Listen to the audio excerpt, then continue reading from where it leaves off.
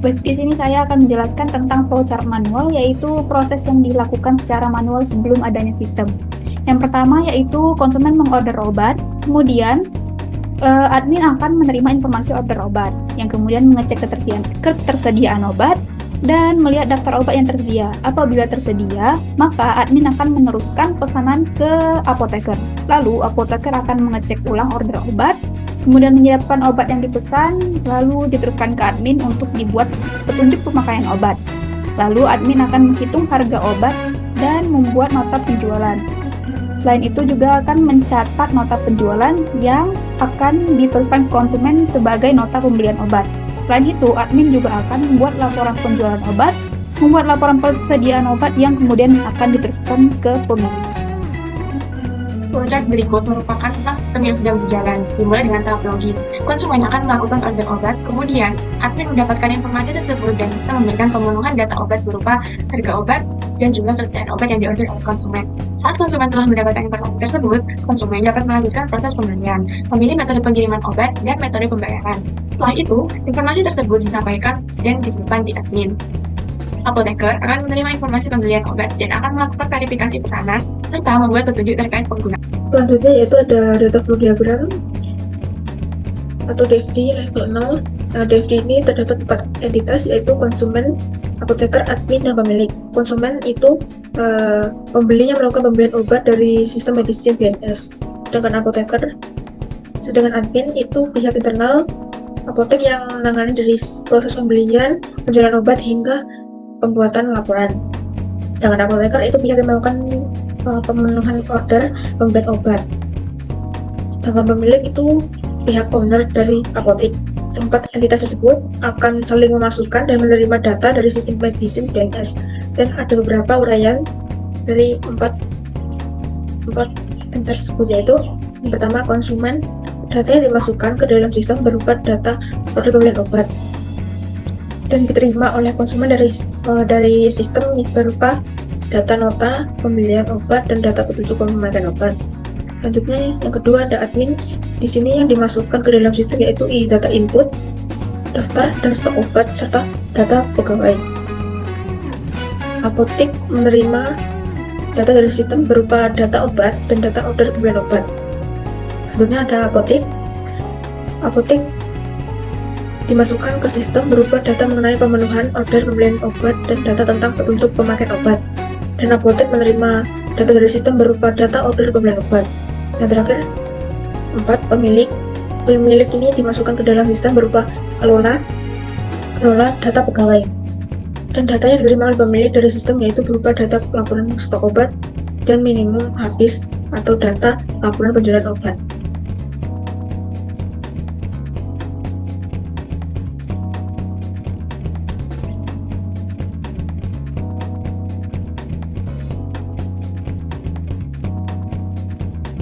Untuk TRD di sini ada yang pertama ada entitas pengelola yang dimana berelasi dengan entitas penjualan obat dengan relasi laporan dengan jenis relasi one to many.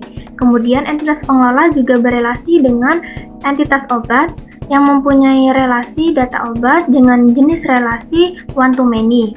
Kemudian untuk entitas penjualan obat berelasi dengan entitas konsumen dengan relasi pembelian dengan jenis relasi one to one.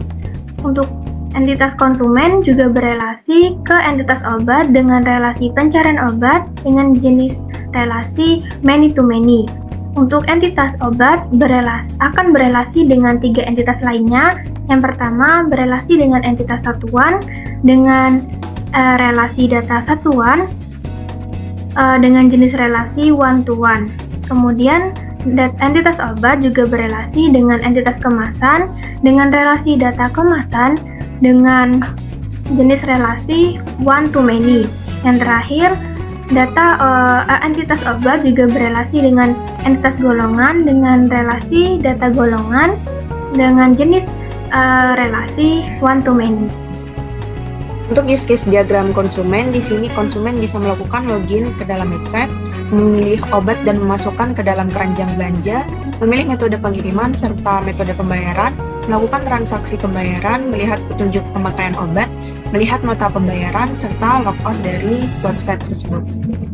Untuk use case diagram admin, di sini si admin bisa melakukan login ke dalam website, mengelola data obat, termasuk satuan golongan dan kemasan obat, serta stok obat minimum atau habis, mengelola data penjualan termasuk nota pembelian obat, melakukan verifikasi pemesanan obat, menambah data pegawai, membuat laporan penjualan, membuat laporan stok obat minimum atau habis, serta logout dari website. Selanjutnya, use case diagram apoteker. Di sini, si apoteker bisa melakukan login ke dalam website, menyiapkan pesanan pembelian obat, membuat petunjuk pemakaian obat, serta logout dari website. Untuk use case diagram si pemilik, di sini bisa melakukan login ke dalam website, mengelola data user termasuk konsumen dan pegawai, melihat laporan penjualan, melihat laporan stok obat minimum atau habis, serta logout dari website. Selanjutnya ada activity diagram. Proses pertama yaitu konsumen melakukan pembelian order obat di website Medicine BNS, kemudian dilanjutkan oleh admin yang mengelola order pembelian obat konsumen. Di sini admin dapat membuat laporan penjualan dan laporan stok obat minimum atau habis yang juga dapat diterima oleh pemilik. Setelah itu, setelah admin mengelola order pembelian obat konsumen, selanjutnya apoteker melakukan order pembelian obat. Yang kemudian apoteker membuat petunjuk pemakaian obat, lalu admin akan melakukan verifikasi orderan pembelian obat, apakah sudah benar atau belum. Selanjutnya admin akan membuat nota pembelian dan selanjutnya dilanjutkan oleh konsumen, yaitu memilih metode pengiriman, memilih metode pembayaran, melakukan transaksi pembayaran, dan mendapatkan nota pembelian. Selanjutnya di sini ada kelas diagram. Kelas diagram memiliki 3 barisan berupa satuan, golongan, dan kemasan. Pada kelas obat terdapat operation berupa insert data, update data, dan delete data. Sedangkan pada kelas satuan terdapat operation insert data, update data, dan delete data. Begitu juga pada kelas golongan dan kelas kemasan. Kelas obat dan kelas laporan stok obat minimum memiliki hubungan asosiasi yang berarti bahwa hubungan antara kedua kelas memiliki hubungan yang saling membutuhkan. Pada kelas laporan stok obat ini memiliki operation berupa view dan print. Selain kelas laporan stok obat dan kelas obat juga memiliki hubungan terhadap laporan penjualan berupa asosiasi yang memiliki operation view dan print. Kelas obat dengan kelas konsumen dan kelas pengelola memiliki hubungan agregasi, yaitu hubungan antara dua kelas, di mana salah satu kelas berupa bagian dari kelas lain, tetapi dua kelas ini bisa berdiri dengan masing-masingnya.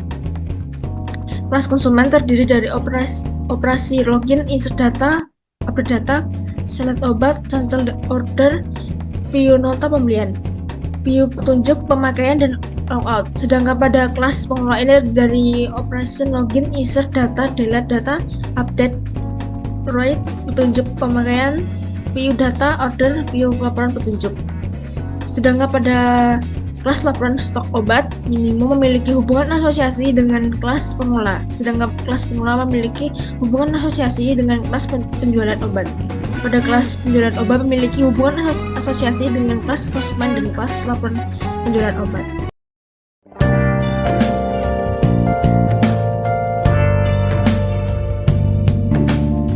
Sistem informasi apotek Medicine BNS memiliki 4 user, yaitu user konsumen, user admin, user apoteker, dan user pemilik.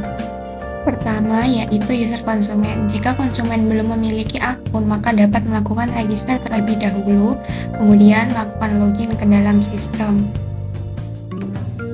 Setelah berhasil login, konsumen dapat melakukan order pembelian obat yang dibutuhkan, kemudian melakukan pembayaran dengan metode yang diinginkan. User konsumen dapat melihat riwayat transaksi pembelian yang telah dilakukan pada fitur riwayat transaksi. Selanjutnya adalah user admin. Admin dapat login ke sistem menggunakan email dan password yang telah diberikan oleh pemilik.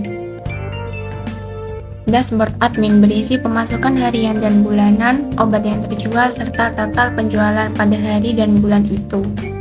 Pada fitur transaksi permintaan pembelian akan muncul data orderan konsumen yang masuk, dan admin dapat melihat detail pembeliannya dan kemudian mengubah status data tersebut untuk dikirimkan ke apoteker.